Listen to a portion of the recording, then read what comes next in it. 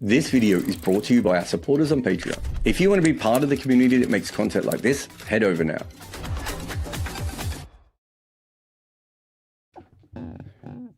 Morning, everyone, and welcome to the third innings. Or if you're an England fan, I suppose, the same innings as forever that never ends. The never-ending, doom-scrolling innings. The see you in hell innings. However you want to put it. It's been fascinating, this session.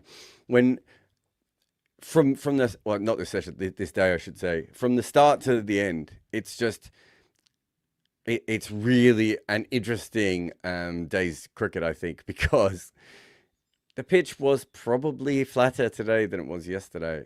And yet England have limped to 213 for 8. And a good part of that is, well, almost a quarter of that is one partnership, which is Jofra Archer scoring 30. Not even Ben Stokes. It's clear that England came in with a different game plan. I think they were trying to bat more sensibly. Zach Crawley went out defending. Ben Duckett went out defending. Ollie Pope went out. Harry Brook went out defending, right? Jamie Smith went out defending. It doesn't seem to matter what shots they play. But there is such a monumental difference between the talent of the two bowling groups. You know, we keep talking about the skills of the England bowlers, which I think is a really, really important thing to talk about. You know, how much deviation they can get, how much they control the ball and everything else. But they can't stop showing Scott Boland's shoebox, where he just lands the ball wherever he wants. And I'm not sure England have a single bowler in this game, Will Jacks included, that could land the ball in a similar area to Scott Boland. I think it was at tea time on the English broadcast, they showed where Will Jacks had been landing the ball and where Nathan Lyon had been landing the ball. And obviously no one thinks Will Jacks is a frontline bowler. You know, he's probably barely a part-time bowler. He takes about a wicket a game. Actually, that's probably about, probably fair for a part-time bowler, not quite a fifth bowler, sixth bowler, whatever his actual position might be. But the amount of times he overpitched and underpitched yesterday, I think I counted one ball of Nathan Lyon where he bowled too short. That was in his first 17 overs or so. That was it. He just didn't do it. Scott Boland just doesn't do it. Even Mitchell Starc, now he's upgraded himself to this, next level cricketer he's become, or next level bowler he's become in red ball cricket. He doesn't let the pressure off. And so even when you have a session like at the end there when Stokes and Archer were going, they tried to bowl wide to Archer because they think he likes to flash at balls. They attacked the top of his off stump for a little while. They cycled through some short pitch bowling, which probably should have got him out, but didn't. They tried to bowl quite full at times to Ben Stokes because of the cramp. He was struggling and everything else. That was the worst bowling they did today. And most of that was just because Boland was cooked and he was the one getting the most deviation and the ball got a bit soft, right? Not to mention that the Australians probably got a bit cooked. But that was their worst bowling. But if you go back, that first session that they bowled, I think England were, let me check the score. England were 37 without loss. And Australia had bowled so much better than England ever did with the new ball. There was plays and misses consistently. There were balls in the right areas. They were obviously uncomfortable at times, the England players. They didn't go out straight away. That came later. But you just saw the difference there. And then when Scott Boland came on, even though he didn't get a wicket for quite a while, when was Boland's first wicket? Was it Brook? No, Brook was it? Oh, it was Will Jacks. Yeah. So he doesn't get a wicket until, the 7th wicket, Boland. And yet you go back and have a look how much pressure he's putting on England before the break. And it's a combination of the extra seam movement, and they do get a lot more seam movement than the England bowlers, partly because they're trying to get more seam movement, but also just because Boland specifically does. But also, they just put the ball in the right area. Like, for instance, Cameron Green might be the best example of the difference between the two sides, because Cameron Green is more of a part-time bowler than anything else. I still think he has the potential to be a full-time bowler, but he has issues with his length. He has issues with what kind of bowler he wants to be. There's a lot of things going on with Cameron Green. But he comes on and he basically just bowls 3 balls in a row top of off, maybe just back of that in a row. And he gets slight movement on all three of them. Think of the amount of times, especially, but I was going to say, especially in the last 2 test matches, but even the second innings of Perth. Think about the amount of times an England bowler has come on as first change, second change, third change, or just, in rotation, right? They have come on and instantly they've been hit for 4. Instantly they've bowled a short ball outside off stump. So even if they get a ball to swing, even if they get it to seam, even if they get some inconsistent bounce, whatever that may be, there's no pressure. It's just from the start, they allow the Australians to get a couple of siders. When there is a ball that moves a lot, it's usually too wide, right? Like at the Gabba, when they did hit the cracks, they hit the wrong cracks because they were bowling at the wrong part of the pitch. And yet the Australian bowlers have just come on and just bowled really accurately. They've got very set plans. They don't rotate through them anywhere near as quickly as Stokes does. But Cummins is like, okay, so we've tried this for, 6 to 8 overs. That didn't work. We thought that was a decent one. Let's go with this now. And they cycle through them one after the other. Okay, so now we're going to bring Boland on, but we're going to bring Boland on with the keeper up, right? It's very, very simple cricket, but it is executed well, right? Whereas England are playing highly complex cricket at times, right? And executing it terribly. And you can go through today. I mean, it's actually fascinating to look at this batting order at the moment. I'm pretty sure the idea with Crawley was for him to pull his head in a little bit, but he just looked unsure of himself, right? Ben Duckett played and missed at a bunch of balls, hit a bunch of balls for 4, and the minute the off-spinner came on, he missed one that turned. And it was a good ball, but you kind of expect a left-hander to face a lot of that in their life, right? Ollie Pope is out for 3. At one stage, he chested a ball. His hands are massively in front of his body. Never looked set, never looked comfortable. Joe Root has an issue with Pat Cummins that has been going on for a long time. Pat Cummins is just going to bowl at the top of off stump, but he struggles with Scott Boland as well, right? Harry Brook, I thought, played a really good innings when he was rotating the strike, and when he couldn't find ways to rotate the strike, he played that one good over off Boland where he tried to take him down, but I did think he wasn't really sure what he was supposed to be doing. He doesn't have that other gear in Test cricket at the moment. I liked some of the ways he went about his innings today. Ben Stokes played the entire innings in second gear. He put no pressure back on Australia at any time.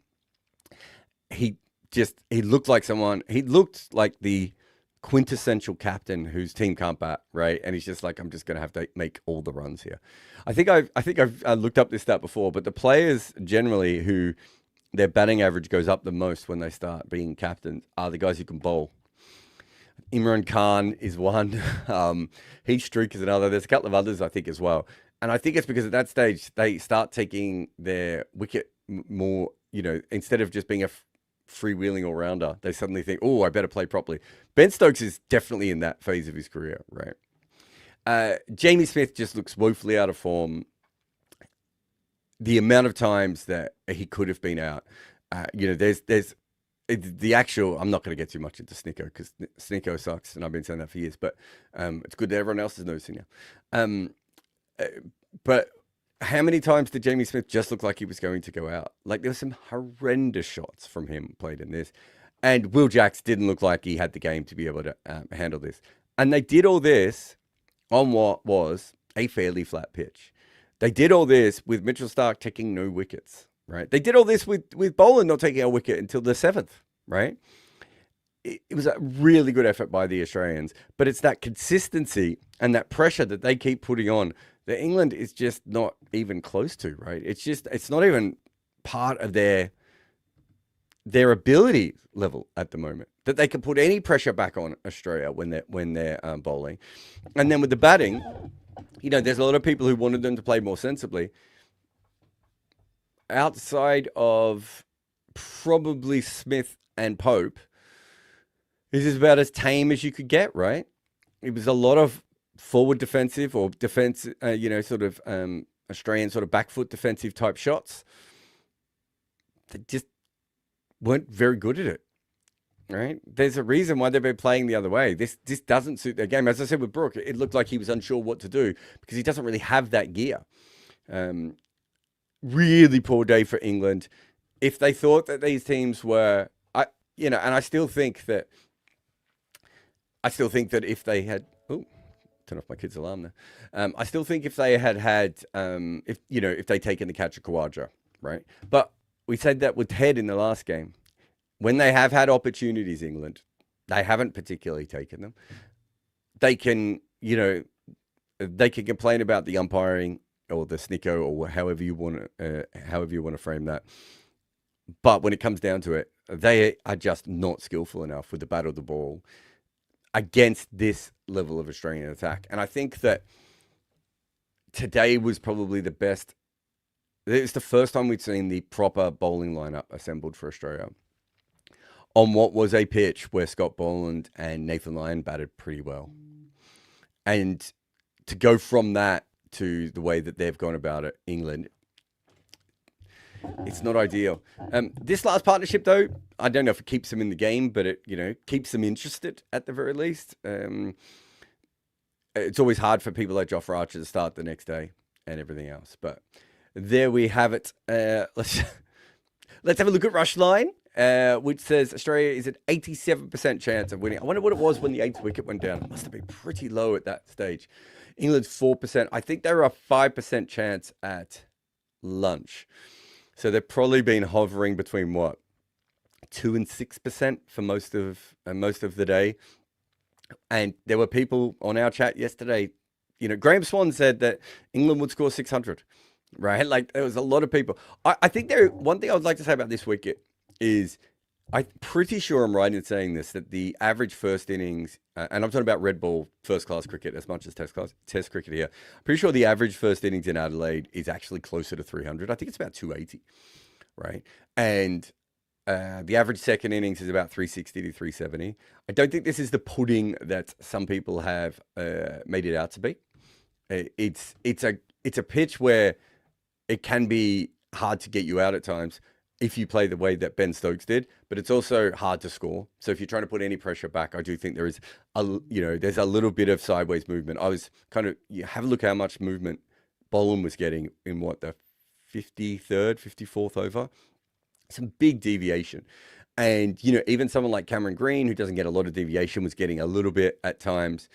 Didn't see the bounce though today. So it still should have been better to bat on, even if you agree with me and say that the wicket was not quite as flat as everyone thought it was going to be. This was still the better day to bat. So there's no forgiving England on that. But, hopefully they get a little period tomorrow as well. But you can download the Rushline app and you can have a look at all their information over there as well. Anything else that they might have. Let's get to some questions. I think there's a couple of super chats that have come in. Prudvi says, Ben Stokes playing the type of innings that puts pressure on everyone else and makes him look good. Per baseball, instead of absorbing pressure, transferred it onto his partner. So we've looked at this quite a bit, Prudvi, before, because this was the Cheteshwar Pujara thing. There's no evidence that this is true. There's actually no evidence that how slow your non-striker scores affects whether you're out or not. Unless someone can come up with some new data since the last time we've checked, but it's just not a thing. Realistically, him making sure that there wasn't wickets from one end is kind of what he has to do. I think your general point is probably more, is certainly worth talking about, which is, he didn't really try and do anything to change the game back. But I think once Root was out early on, I'm not sure what we wanted him to do. And as I also said, I thought this was a wicket. Like, I think there's a reason that we saw the sort of Ben Stokes not playing a shot, score runs, Usman Khawaja make runs, Scott Boland make runs, right? I actually think there is an element on this particular wicket of it's actually very hard to get someone out if they're not playing shots. It's that, you do have to score as well. So I don't disagree with you that he could have tried something else. Kind of think that he would have been out if he'd done that. But at the same stage, they were so far behind in this game that you could certainly argue that. But yeah, you don't transfer pressure onto your partner in these sorts of situations. There's no evidence of that, of players blocking out balls and that happening from the last time we checked it anyway. Varun says, how does Pat Cummins take a wicket every time his team needs it? Insane. Also, did you feel England was confused with the tempo of batting? I don't think Pat Cummins takes a wicket every time his team needs it. I just think he bowls at the top of off stump and consistently tries to get movement in either direction. And he's pretty good at bouncer bowling. Like, I just think it's that. He's really good at bowling. I don't think, it has much to do with whether the team needs it or not.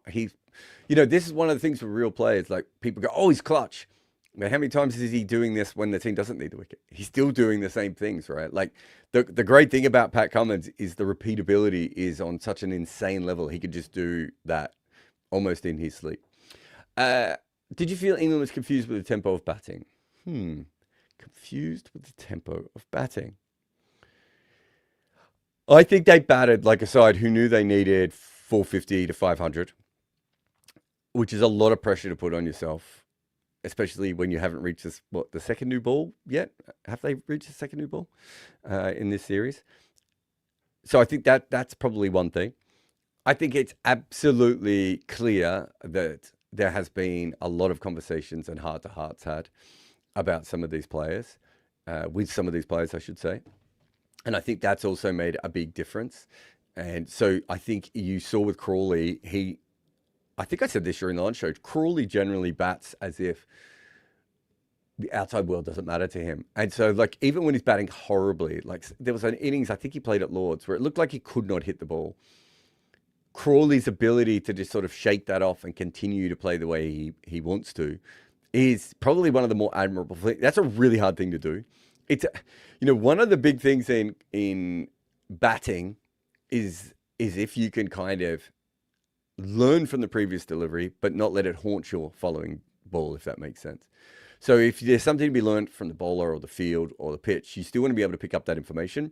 But you're also like, yeah, I played and missed that, but it was wide and I swung at it really hard and I'm fine with that, right? And I think Crawley, one of his skills is probably that. Today, that didn't look like that was the case.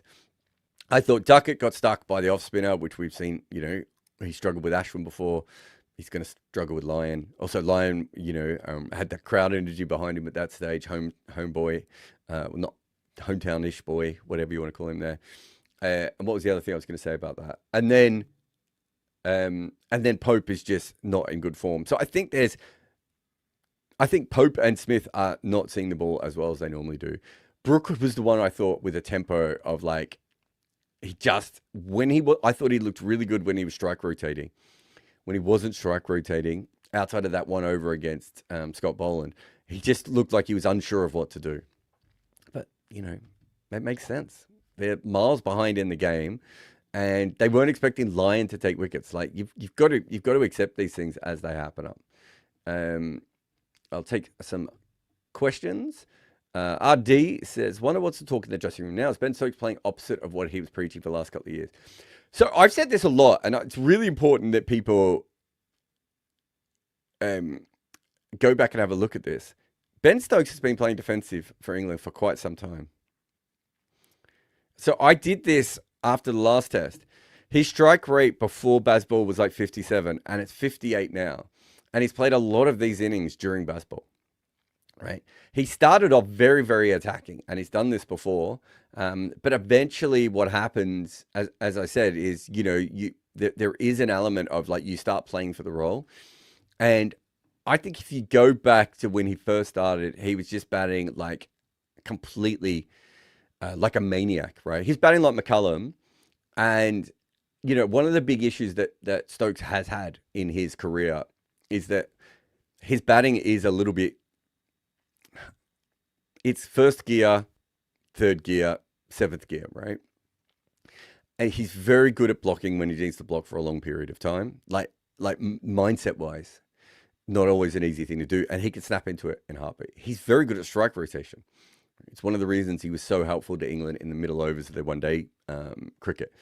And he's very good at just going absolutely ballistic. But he doesn't have all the other gears of all the other players. So once he gets himself into this mode, I think he can get himself a little bit trapped.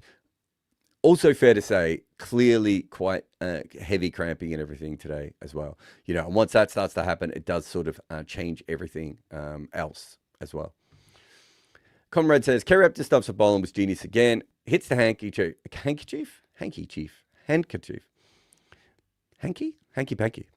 And then they can't move around the crease to knock him off that length. Yeah, I just think It's something that weirdly, because Boland has taken, 9 wickets at probably 30 odd in this series, we haven't talked about a lot, but they haven't had the ability to just smash him, right? They haven't had the ability to ever take him out of it. And he is creating so much pressure. He's bowling so many good balls, and there's like half chances and half shouts all the time. England's best choice against him is to try and get outside the line of off stump and get hit in the pads. Like, that's their best, which is kind of what you had to do to Murley, right? Like, it's a really, really tough thing to be able to do consistently. And that's because they can't use their feet and they can't come down the wicket. I can't remember when I wrote this. It was probably 2023 when I started to point this out, which is, if people like Blundell and Carey can do this, it really does change not just the baseball players, but a lot of players around the world are using the crease better now than they ever have before, right? The Jarrod Meandad method is really common in Test cricket now, to use that crease to go back, to go forward, and everything else. And so because of that, it's very, very tough, and absolutely brilliant work from Carey again. Really good. Also today, it's not very often that because you're up at the stumps you get a catch as the wicket keeper when your seamers are on, but he got that as well today. Dushan says, England, it will take another 10 years for England to complete against the champs Australians. I mean, the interesting thing about this is, Darshan, that this is not an Australian team that you look at and go, oh, it's going to be really, really good in 3 to 5 years' time. Me and Robbie did a whole podcast, and it's like, I'm not saying the cupboard is bare, because I think that's the wrong way of looking at it, but there aren't players who are naturally going to be stars in a couple of years. Jai Richardson might be one, right? Trying to think of someone else. Weatherald in the next 3 to 4 years is going to be 33, 34. Most of their batting talent's going to be in the mid-30s by that stage. Their bowlers are going to be 40 by that stage, right? It doesn't mean that there won't be replacements coming through and everything else. But there is an element of like, this is an older Australian team. Having said that, the thing I found interesting is, I wonder if today this isn't, and I'm including or suggesting that if Hazelwood was fit, but is this actually the best that this bowling attack has been at the moment? Cummins hasn't really lost anything. He's still Cummins. Boland's regression hasn't really happened. He hasn't taken the wickets this time that he normally would, but he's bowling fantastically. I think Nathan Lyon's in career best form. We've got a big video that'll come out on the main channel straight after this. You could probably head over and it should be there. And Mitchell Stark's completely upgraded himself to a point at which not only is he no longer the person who occasionally leaks pressure, not only is he no longer the person who sometimes has a bad start to a spell, he's now also someone who's adding to the pressure, right? And Hazelwood is a better bowler now than he has been in a long time, right? So, yeah. Ronaldo says, I don't think other English batters except for Root can play like Stokes played today. They don't trust their defense. Yeah, and that's where baseball came from, right? That's basically why it exists. And again, you see today, you see people like Will Jacks and Zach Crawley trying to play in a slightly more measured style. And it's not their game. This is how they are and everything else. Shira says if they can keep the lead to below 100, they have a chance. They probably don't, though, do they? Because they're going to have to go up against Lyon at the end of the game, mate. So they probably don't have a chance, if we're being honest. Maybe a lot of this depends on how Australia think about this. If I'm Pat Cummins and I'm Australia, I'm like, let's just bat a day and a half to 2 days, right? Even if they only make 350, like just bat time as much as possible. As I said, it's very hard to get you out on this wicket, especially the way that England bowl. Yeah, I think that's pulling at straws, man. They're not out of the game, but they shouldn't win it. I mean, if you played this game 20 times from here, England should win one of those games. If they get it to under 100, maybe you take that up to 2 or 3, but they don't have a frontline spinner to bowl in the next innings. Their bowlers, again, are not going to have a big break. Like, there's just so many things against them. Rajendra says, just one clarification, Jarrod. Why can't the ICC streamline and have one technology across a whole of cricket and not two different ones? Should be either Ultra Edge or Snicko.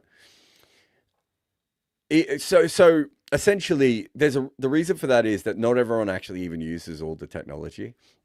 And so if you brought in a regulation that said that, for once it's not a law in cricket. If you brought in a regulation that said that, I think people would be like, but we want to use the cheaper one, which I believe is Snicko. I could be wrong, but my understanding is that Snicko is cheaper than Ultra Edge. But the main reason, Rajendra, is that the ICC don't really run cricket. They certainly don't run bilateral cricket. Maybe they could bring in a regulation for WTC, but then they would still need everyone to back that, right? Like, the ICC is not like the people in charge. So people in charge are the individual boards. So the individual boards could have done this. There's a few things that the ICC should do. We should have specialist third umpires. They should all be together in a group. So there's 3 or 4 of them. I mean, we're talking about Snicko today, but the Jamie Smith decision where the ball might have bounced before it got to Quadra, it looked like it bounced anyway on the first level. Although it would have been nice to see other views, but we didn't see other views because the umpire didn't think he hit it, right?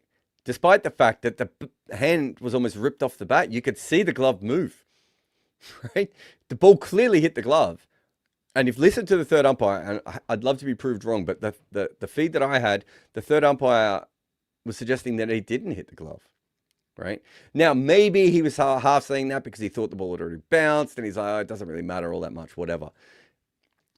We are very bad at this in cricket. And so you're right, the technology should be streamlined and everything else. But when it comes down to it, I think the bigger issue at the moment has got to be that the way that cricket is currently run, like these umpires don't even know what they're doing half the time. The Alex Carey one today, the catch, I think we talked about this on the lunch show. You have to show the split screen. You have to show the side-on view and the front-on view at the same time. There were only 2 camera views that seemed to pick it up, which I find weird. There should have been at least another one. But you've got to show them all together to get a better idea of what was happening. But the third umpire, again, didn't know to ask for that. It's just specialists. Ronaldo says, English players... Oh, no, I've already done that one, haven't I? Sorry. Kiwi Nick says, how tough is it for a wicketkeeper to come up to stump successfully? Only teams I've seen do this are Australia and New Zealand. Yeah, probably 2 of the teams with the better wicketkeepers, right? It's really, really hard. So one of the things of keeping up the stumps to a seamer is that you have to accept a few things, right? One of the things that you have to accept is that there are going to be balls that you're not going to be able to get. And another one that you have to accept is that you won't get as many caught behinds.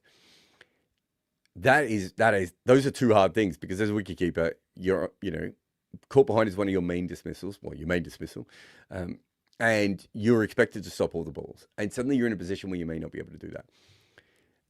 The pace at which you do it, and I think if you look at Carey is, especially to Boland and to Nisa, it looked to me like even though he's watching the ball out of the hand, he's really watching the ball sort of off the pitch. To do that at 130, 135 kilometers an hour is really tough. Factor in as well the amount of sideways movement that Boland gets, right? The batters are struggling with it. It's an incredible art form. I think if wicketkeeping had evolved in a different way, most international wicketkeepers in the world would be able to do this comfortably by now. Right? I think if it evolved in the way of we kept picking the best wicketkeepers and encouraging them to learn how to bat, rather than picking batters and encouraging them how to learn how to wicketkeep. Doesn't mean we're not going to get the odd guy who can do both. But I think that is probably where you want it to be, right? You want to be in a situation where we have seen Jack Russell, Darren Berry start to do this sort of stuff in the 90s, right? Both of them could do it to over 130 kilometers an hour bowling. Now it's a lot more. Now it's probably even quicker than that. The sort of bowlers that people are doing it against. Although Paul Rifle, Paul Rifle, I suppose he skids it more than Boland. But yeah, so I do think that if cricket had evolved in a different way, Kiwi Nick, we would have more people doing this now. But it's an incredibly hard art. just keeping up to stumps to seam bowling is so much different to spin bowling, just because everything is sort of sped up and it's very, very different. And if the ball does go down the leg side or anything like that, all these things are incredibly tricky.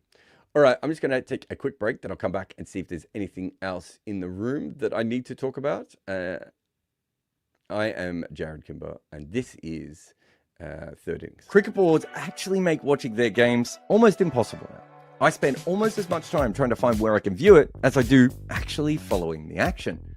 That is why I use NordVPN. They let me find all the cricket I want to watch while protecting me from the nasty side of the internet. Nord will free your cricket matches. Grab your exclusive NordVPN deal by going to nordvpn.com/good areas to get a huge discount off your NordVPN plan plus 4 additional months on top.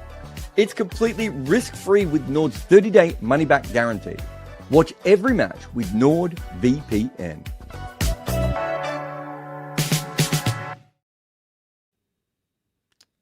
Okay, thank you very much for all the questions. I will, if I could just let people know, spamming, please.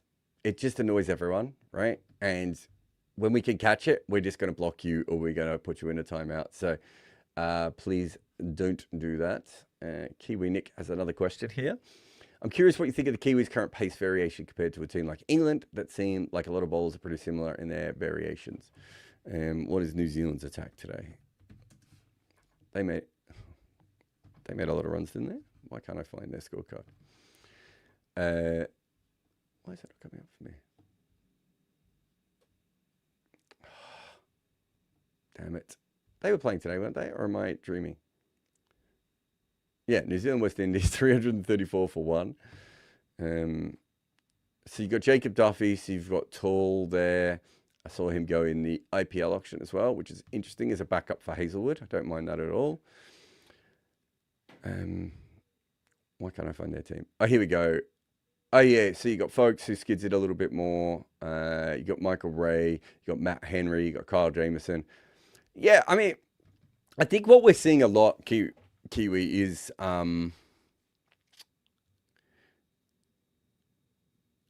I think England do have variability in their attack, but they thought that the kind of bowlers they needed were all quite similar to each other. And so I do think there's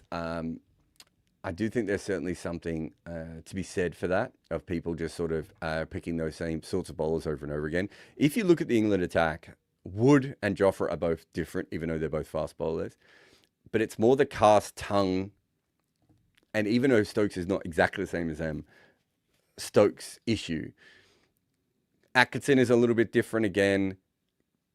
They're probably struggling with left arm bowlers in general, which is a bit of an issue. And they can't really rely on any spin. So it is very right arm seam. But if you think about it in its best form, right, which is Archer, Atkinson, Potts, whoever you want in that position, another new ball bowler anyway, Wood, Cast, Stokes, I think there is some variability in there.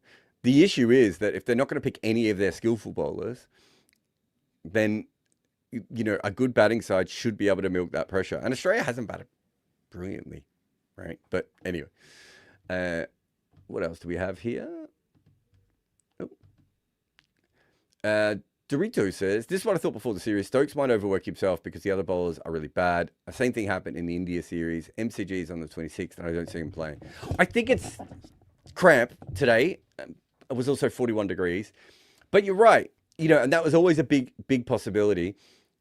The other issue is that Stokes hasn't bowled particularly well in this series. Stokes was, anyone who watched that Indian series was like, and this was a bit of a warning sign as well, though. Stokes was their best bowler at times. Jofra eventually came back and sort of took that mantle. But for a long period of time, Stokes was their best bowler in that side. And that was always a bit of a worry. But yeah, he's got a permanent limp on. You never know if he's that hurt or if there's, you know, a theatre side to it or whatever that may be. But when it comes down to it, he does like push his body in a way that other people don't. But he also hasn't bowled as well. So it's kind of like the worst of both worlds there. Like if he'd bowled really well and missed the 4th test, you'd be like, well, at least we got something out of him. But you haven't got much out of his bowling either. Ag says, do you think leaving out Atkinson was the correct choice? Too much reliance on pace and not bothered about consistency and accuracy. So Atkinson hasn't been that consistent, and he hasn't been that accurate. That's one of the reasons I think he's not in this side. I believe the main reason is he's not 100% fit. I could be wrong. I've got this theory with Atkinson that he needs to be exactly 100% fit to be good. And when he is 100% fit, he's a very good bowler. When he's not 100% fit, he really struggles to even be an international quality bowler. And I think in this series so far, I think there were times when I felt that. But my guess is that's the case. The issue is, though, and this, you're still right, but why not just bring Potts in? I don't really understand. You know, you look at someone like Potts, he's not Scott Boland, but he's actually got a lot of similar kind of skills to Scott Boland. He angles the ball back in. He does get decent deviation. He's accurate without being, deadly accurate. Probably able to bowl even longer spells, I would have thought. Maybe he could bowl some short stuff as well for you in a way that Boland probably can't. Like, there's some things to like about Potts. I'm not sure he changes this series or anything, but there's a reason why I keep going on about Potts and Anderson. It's just because they can bowl near the top of the off stump for a consistent amount of times. I haven't seen Atkinson do that in this series. So that might be injury. That might be just the plans that they've had, but he hasn't been accurate enough and he hasn't been consistent enough. The other issue I have with Atkinson specifically is I think on wickets in Australia, you have to get a lot of sideways movement. And I don't think he gets all that much. I think he needs it. Even though these wickets have played more English than normal, not this test, but in general, Australian wickets have played more English than normal. I still think you need to be able to get actual deviation yourself. Whereas I think in England, or maybe using the Dukes even, there's always a little bit of deviation. So you're always in the game.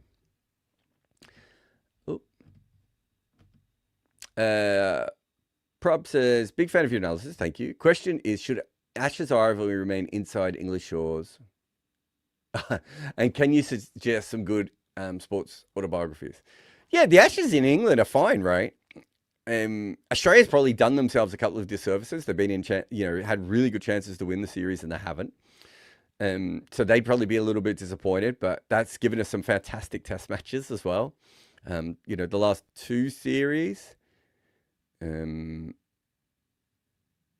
Yeah, even 2015. Is it 2015? 2015. Yeah, even 2015 perhaps. Although I forget 2015 for some reason. I'm pretty sure I was there.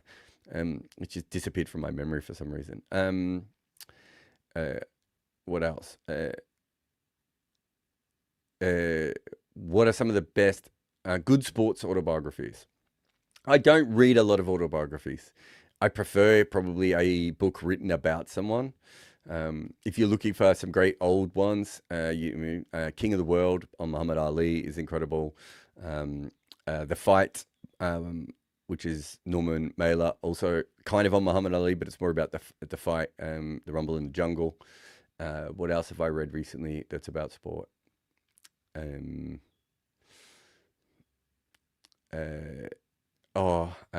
a great book about the LA Dodgers, which is another one that I've read, which I should know. Oh my God, is it Roger Kahn? Boys of Summer. I reread that again recently. Friday Night Lights, I reread that again recently. Those are probably the ones off the top of my head. But yeah, actual autobiographies. I mean, Agassi is the gold standard, right? There's some good ones, but it's just not something that I personally enjoy all that much.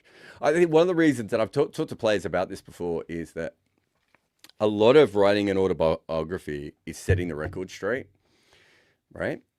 And I get it because they are written about and talked about their entire careers, and this is their chance to write and talk about themselves.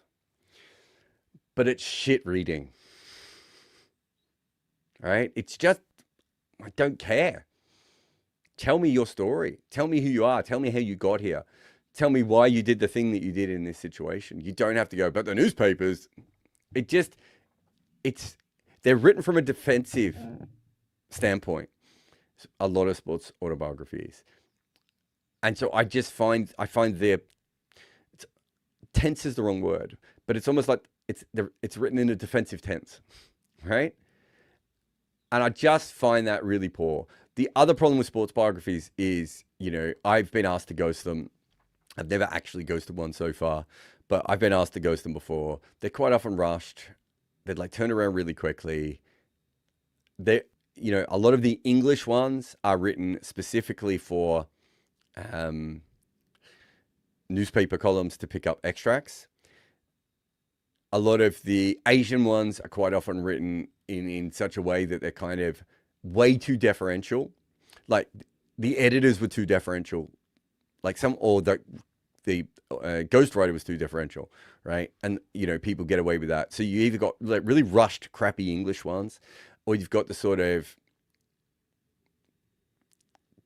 boring sort of Asian ones. The Australian ones are just completely overwritten. Or maybe overwritten is the wrong term, but like, have you seen some of the sizes of these books? Like the Ricky Ponting book. I'm not sure I want to read that much on like Nelson Mandela. And it's Ricky Ponting. And a lot of it is like crap that just needs to be edited out of that book. So I find them very, very frustrating. Anyway, clearly I've been awake too long and I'm now just ranting about books. Thank you to everyone for popping in again. We'll be back tomorrow. I still think tomorrow might be the last one we get to. I think I might be away over the weekend, but we'll see where the game is and everything else. But we'll certainly be back tomorrow for a more third innings and everything else. But as I said, head over to goodareas.co. The article on Nathan Lyon is already up, or you can head over to the YouTube page and it'll be there very shortly as well. And I'll see you tomorrow. I'll be here. Probably with the same hat and the same jumper on, because these are like my things I leave in my office. Ross Taylor couldn't see at night or when the clouds were in. Eventually, he had to see an eye specialist who would fix his eyesight. In the 2 years before the change, he still averaged more than 50 in international cricket. The top level of batting talent can basically see in the dark. That is who we are talking about in our new book, The Art of Batting. Head over and order your copy today. This video is brought to you by our supporters on Patreon. If you want to be part of the community that makes content like this, head over now.